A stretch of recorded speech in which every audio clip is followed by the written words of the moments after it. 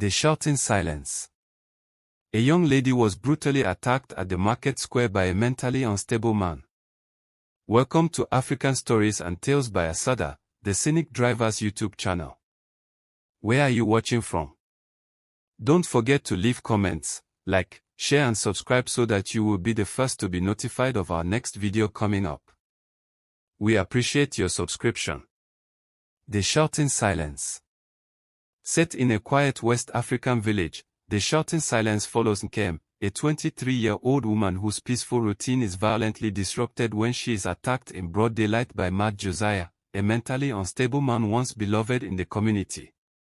The event traumatizes not just Nkem but the entire village, unearthing years of silence, shame, and neglected mental health. Initially consumed by shock and fear, Nkem slowly reclaims her voice. Her transformation from victim to community leader sparks a movement called Still Here, supporting survivors of abuse and promoting mental health awareness.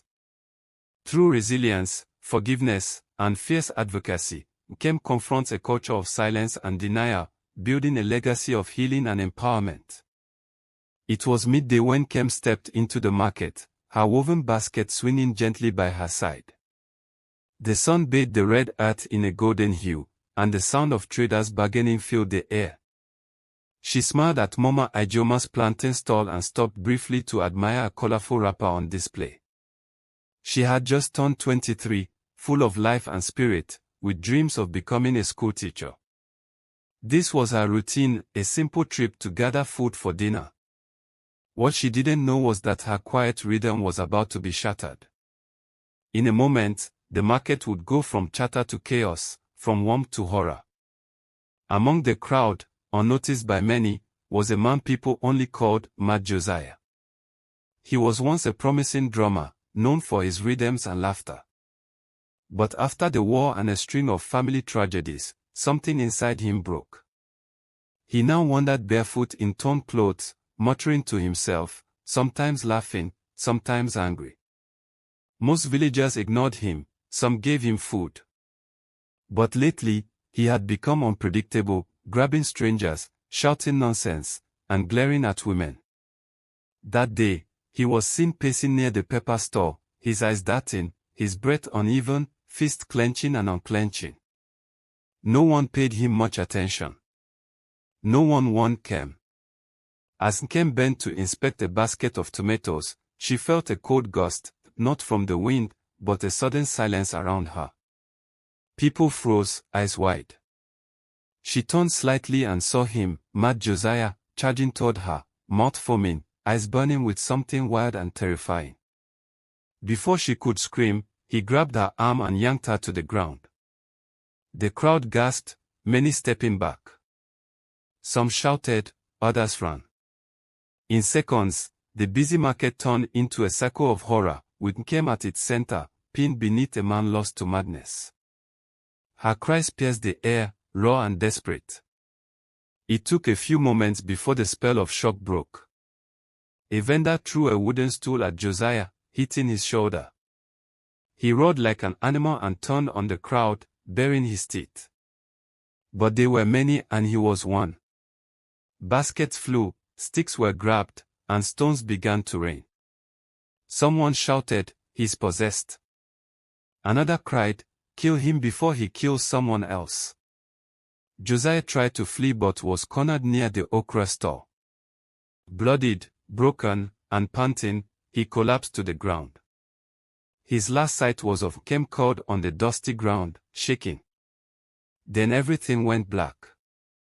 Nkem was rushed to the village clinic by a group of women who wrapped her in a wrapper and carried her like a wounded child.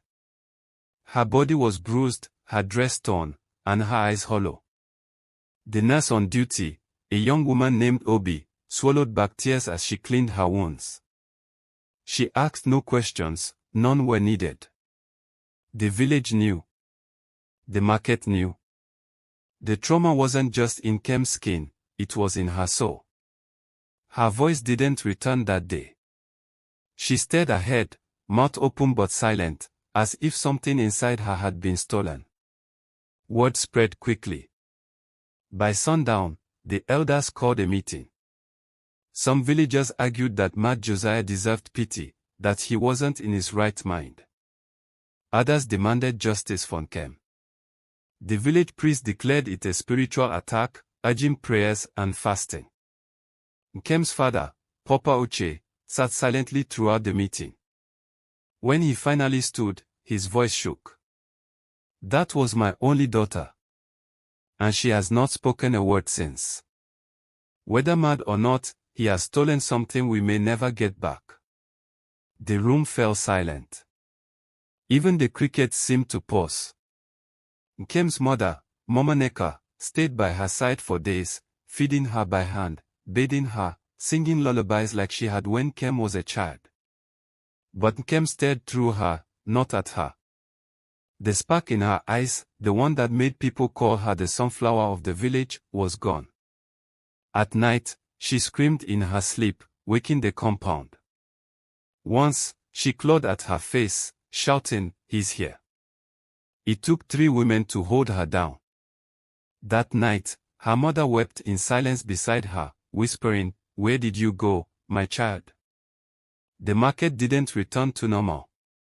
The tomato seller moved stalls.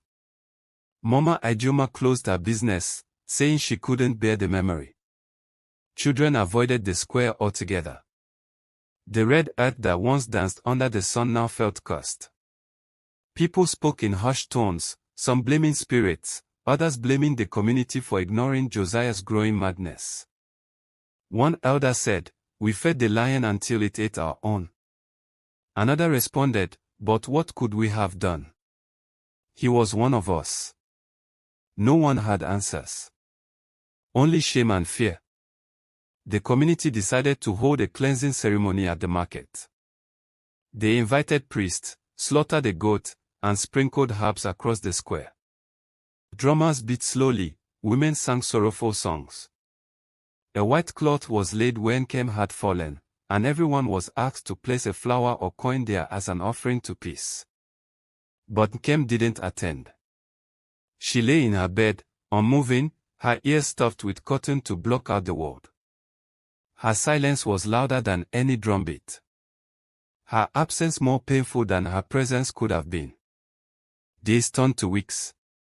Then one morning, Mama Neka woke to find Nkem gone. Panic shot through the compound. They searched the bushes, the riverside, the neighboring village. It was Obi, the nurse, who found her, sitting in the market, right on the white cloth laid for her. Her hair was wired, her wrapper dusty, but her eyes were clear. She said one word, her voice dry and shaky, "Enough." It was the first word she had spoken since the attack. Obi knelt before her and wept. Something had returned. Not all, but something. They took Nkem home gently, as if she were made of glass. But her spirit had hardened like metal forged in fire. She no longer stared blankly at walls. She watched people. Studied them. She no longer cried. She asked questions. Why did no one stop him? Why did you all look away? Her voice was low but strong. It made some villagers squirm. Others hung their heads. A few whispered that madness wasn't just in Josiah, it had been in them too, the kind that lets people stand by and do nothing when evil unfolds. Nkem began visiting the market again, not to shop, but to sit, every morning, same spot, same time. Some feared her, saying she was bewitched. Others admired her courage. She carried a small notebook, writing things down, drawing faces.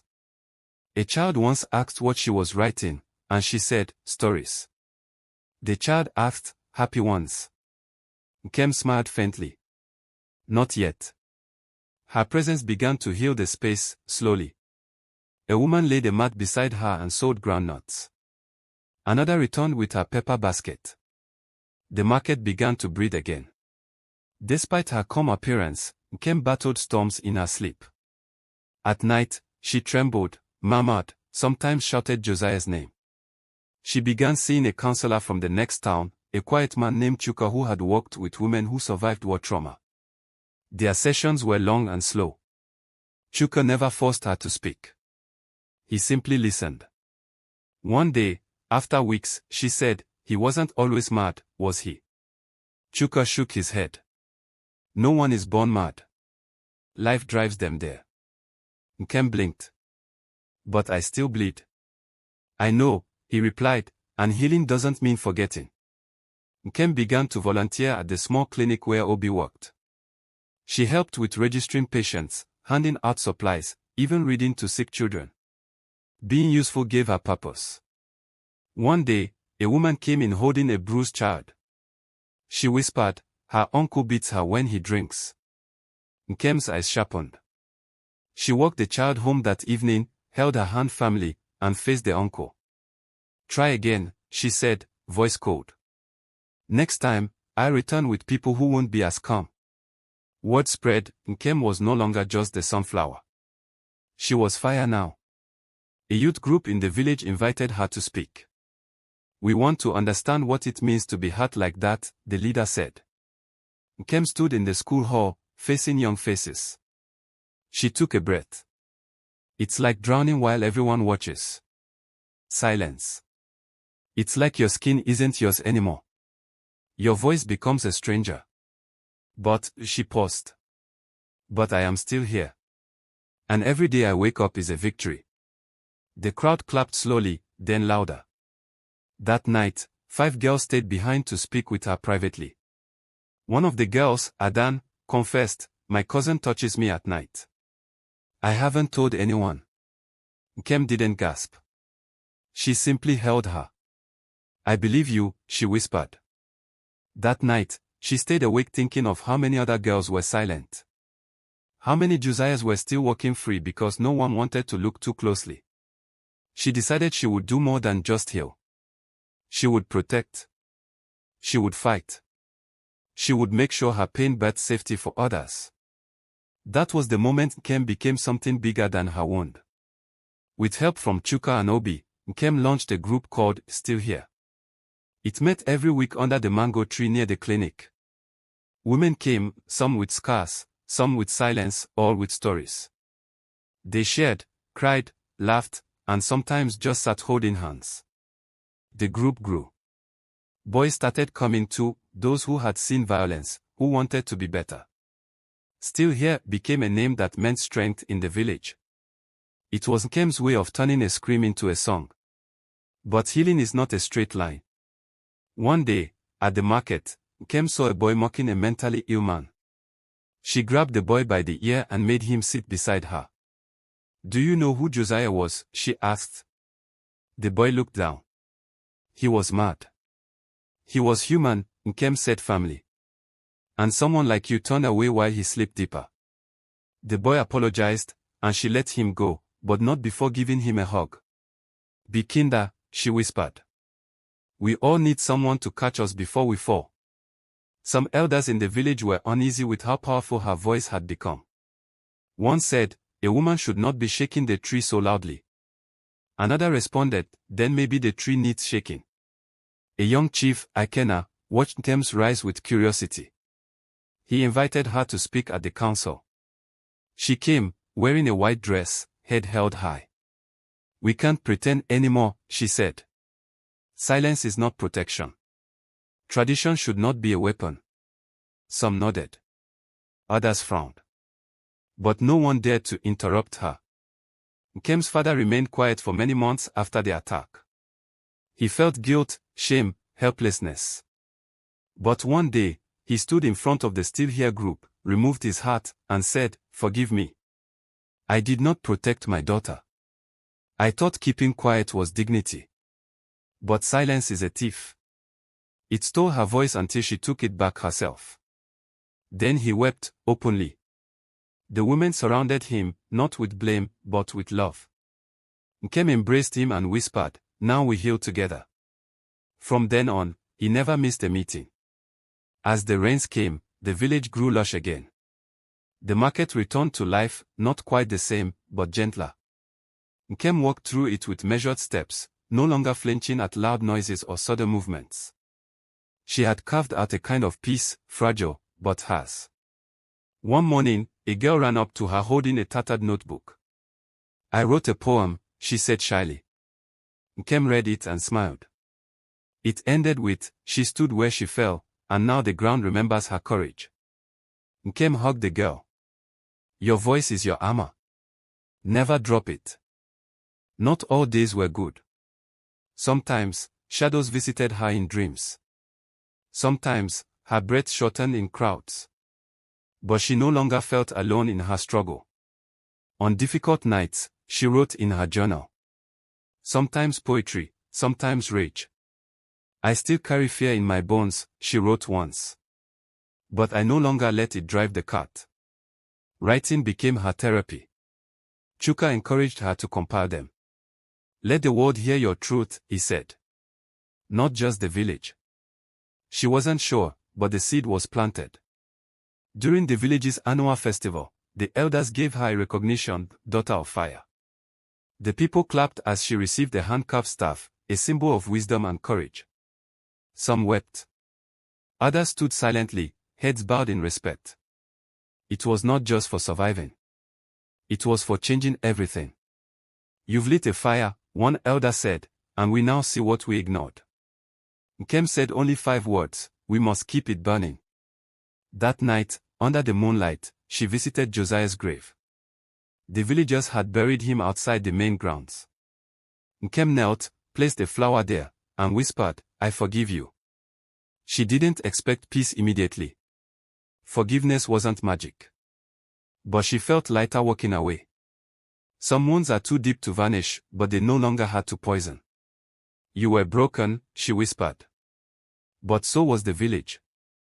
And we will fix what we can." That night, she slept soundly for the first time in months. In time, Still Here expanded to other villages.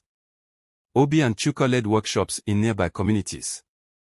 Word spread about the quiet girl who had become a voice for the unheard. They received letters, gifts, and even a small government grant. A journalist came from the city to write about them. "How did this begin?" she asked Nkem. Nkem stared into the recorder and said, "It began with pain. But it continues with purpose." The article was published with the headline, "The Woman Who Stood Back Up." A year after the attack, Nkem stood again in the market square. This time, for a memorial. It was not for her alone. It was for every girl who had suffered in silence. A sculpture was unveiled, a woman rising from the earth, hand outstretched, eyes fierce. At its base were the words, "Still Here." People gathered around it, some crying, others whispering prayers. It wasn't just art. It was memory made solid. That day, every girl who had been broken saw themselves standing again. She began receiving letters from girls far away, some in cities, some in smaller towns. They told stories of fear, shame, and pain. Nkem responded to each one. Her words were never grand. Just truthful. "You are not alone. It wasn't your fault. Your voice matters." She once wrote to a girl in Port Harcourt, "You are not what happened to you. You are what you choose to become after." That girl later started her own circle for healing. Ripples began to spread. One afternoon, a man approached her in the market. He looked nervous, holding a small box. "My daughter survived something similar," he said quietly. "But I didn't know how to help." He opened the box to reveal handmade beaded bracelets. "She made this. She asked me to give them to you." Nkem took one and smiled. "Tell her I wear it with pride." She wore it every day after, a thread of survival wrapped around her wrist. There were still skeptics, of course. One trader muttered, "All this attention for one incident." But others corrected him. She didn't ask for attention. She turned pain into protection for others. The trader didn't reply. Silence was enough. For every doubter, 10 more believed. Nkem didn't waste energy proving her worth. She spent it building bridges, holding hands, lifting heads. Her strength wasn't in noise. It was in presence. A year and a half later, Nkem published a book titled Shouting Silence. It was a collection of her journal entries, poems, letters, and reflections. The cover showed the sculpture from the market. It sold out in weeks. Schools used it. Women's groups discussed it. Survivors wrote essays inspired by it. And yet, Nkem remained humble. "This isn't a victory lap," she said at the launch. "It's a reminder that wounds can bloom. That even from the ground, we rise." She began working with lawmakers in the region, advocating for better mental health services and protections for abuse victims. "What happened to Josiah," she told them, "was preventable. What happened to me didn't have to happen either. The system failed us both." Her courage in including her attacker in her advocacy made headlines. But to Nkem, it wasn't radical. "If we only fight for ourselves, we don't fix the whole." One rainy evening, she returned to the stall where she had fallen. The woman selling tomatoes recognized her and gave her a tight hug. "You turned a graveyard into a garden," she whispered. Nkem helped her set up that day, handing out tomatoes, laughing with children. It felt like reclaiming something. Not just space, but power. A young girl walked up and asked, "Are you the woman from the statue?" Nkem smiled and said, "I'm the woman who got back up." At the village school, a new lesson was introduced, personal safety and voice empowerment, modeled after Nkem's work. Teachers were trained. Children were encouraged to speak up about abuse. The headmistress called it the Nkem curriculum. One teacher said, "This will save lives." And it did. Within months, 2 girls came forward about a teacher's inappropriate behavior. He was removed. The girls were protected. The system, once silent, had found its voice too. A documentary crew came from Lagos. They filmed her sessions, interviewed survivors, and visited Josiah's grave. Nkem allowed it, but only if they told the whole truth about the culture of silence, the blame, the shame, and the slow rise of a broken girl. The film aired nationwide, titled The Shouting Silence. Viewers wept, sent donations, and reached out for help. It was not just a story. It was a spark. That night, Nkem stood outside, watching the stars. Mama Neko joined her, wrapping an arm around her. "You were born to change things," her mother said. "Maybe," Nkem replied. "But I was also born to live." Her voice was soft, but strong. She had finally found balance. Not just surviving, but truly living. And in her living, she gave others permission to do the same. The village, once known only for its harvest festivals and red earth, became a symbol of healing and transformation. People came from nearby towns to visit the sculpture in the market square. School buses lined the dusty road, and teachers told their students, "This is where pain became power." Nkem watched them sometimes from a bench nearby, silently observing as others found courage in her story. She didn't need applause. The quiet acknowledgements, the soft eyes, the shy thank you, meant everything. Chuka eventually opened a permanent counseling center beside the clinic. He named it the Lantern House. Nkem donated the first chair. "We light the way," she said, smiling. The center was filled with soft colors, open windows, and walls lined with books and art from survivors. One painting showed a woman walking barefoot across fire, and still smiling. Nkem stared at it one day for an hour. "That's us," she said to Obi. "Burned, but not broken." Then came the anniversary of Josiah's death, a difficult, quiet day. Some villagers didn't want to remember him. Others insisted they must. Nkem led a small prayer gathering at his grave. "He was one of us," she said. "And we let him disappear inside himself." A boy who had never met Josiah asked her, "Why forgive?" She replied, "Because unforgiveness only burns the one holding the fire."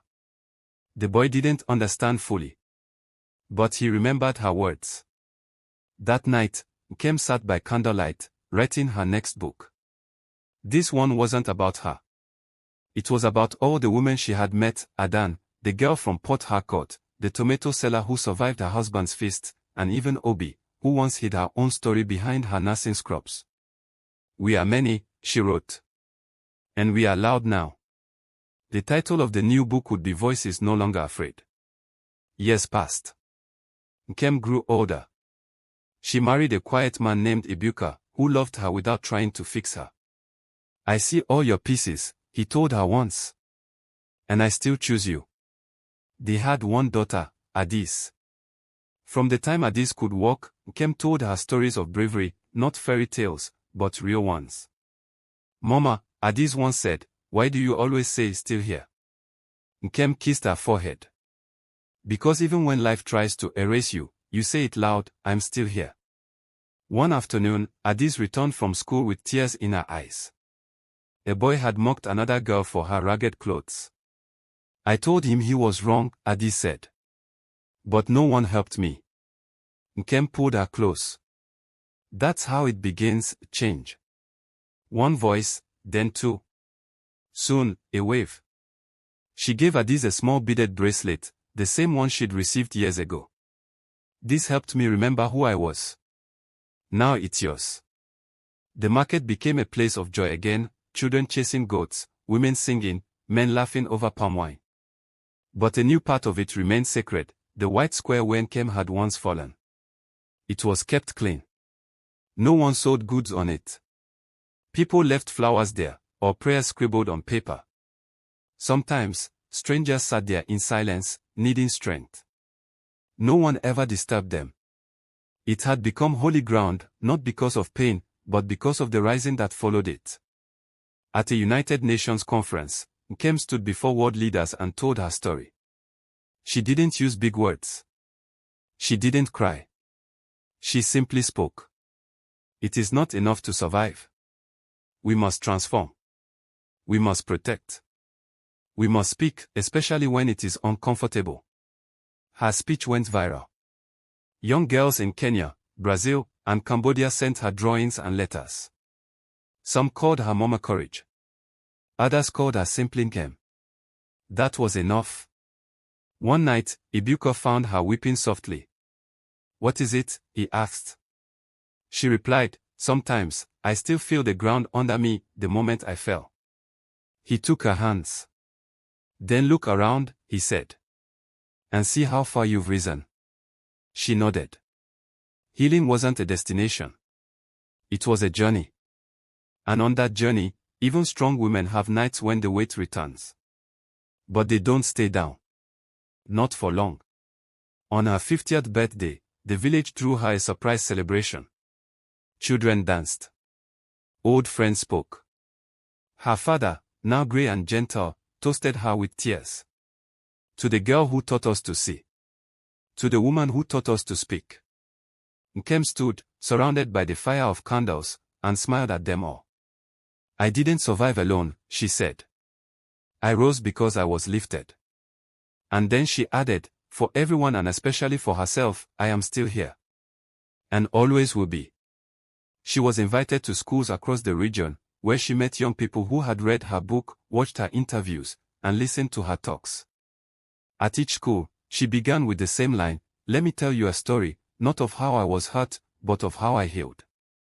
The students listened closely, and afterward, many stayed behind to speak with her, sharing secrets they had never told anyone else before. She heard them all. A boy named Sei gave her a crumpled letter after one of her talks. You remind me of my sister, he said. The letter said that his sister had died by suicide after years of abuse. Nkem held his hand tightly. You're carrying her voice now, she said. He later joined a youth group that advocated for mental health awareness. Another ripple began. Every year on the date of the market attack, the village now held the Still Here festival. There were songs, dances, speeches, and free health checkups. Survivors shared their stories. Victims of all forms of trauma were honored. It became a day not of mourning, but of light. The sculpture stood tall, flowers at its base, and candles flickered into the evening. It was no longer a symbol of tragedy, it was a monument of strength. In her final years, Nkem focused more on writing and mentoring. She mentored dozens of women, trained counselors, and funded shelters in remote communities. Her home became a safe space. People arrived in pain and left with hope. She never tired of telling her story, because it wasn't hers alone. It belonged to everyone who had ever been broken and decided to get back up. When she passed away peacefully in her sleep, the entire village mourned. Bells rang. Candles were lit. Adi stood by the sculpture in the market square and read her mother's words. This world tried to silence me, but I found my roar in the crack between pain and purpose. The villagers chanted, still here. And in every voice, in every story told that day, Nkem lived on, not as a victim, not even as a survivor, but as a woman who changed the world from the ground up. Moral lessons. 1. Silence can harm as much as violence. Looking away or staying quiet in the face of injustice allows pain to spread unchecked. 2. Healing is a journey, not a moment. Recovery from trauma is not linear. It requires time, support, and patience, with others and with oneself. 3. One voice can spark a movement. Nkem's decision to speak up transformed not just her life, but an entire community's mindset. 4. Forgiveness doesn't excuse the wrong, but it frees the wounded. Choosing to forgive Josiah didn't erase the past, it empowered Nkem to move forward unchained. 5. Communities must protect the vulnerable. Mental health and abuse are not private matters. Villages must care for all their members, especially the silent and suffering. 6. From pain can rise purpose. Tragedy need not define a person. With resilience, even the deepest wounds can birth legacies of strength and love. Thank you for spending time with us today. We enjoined you to leave comments, like, share and subscribe so that you will be the first to be notified of our next video coming up.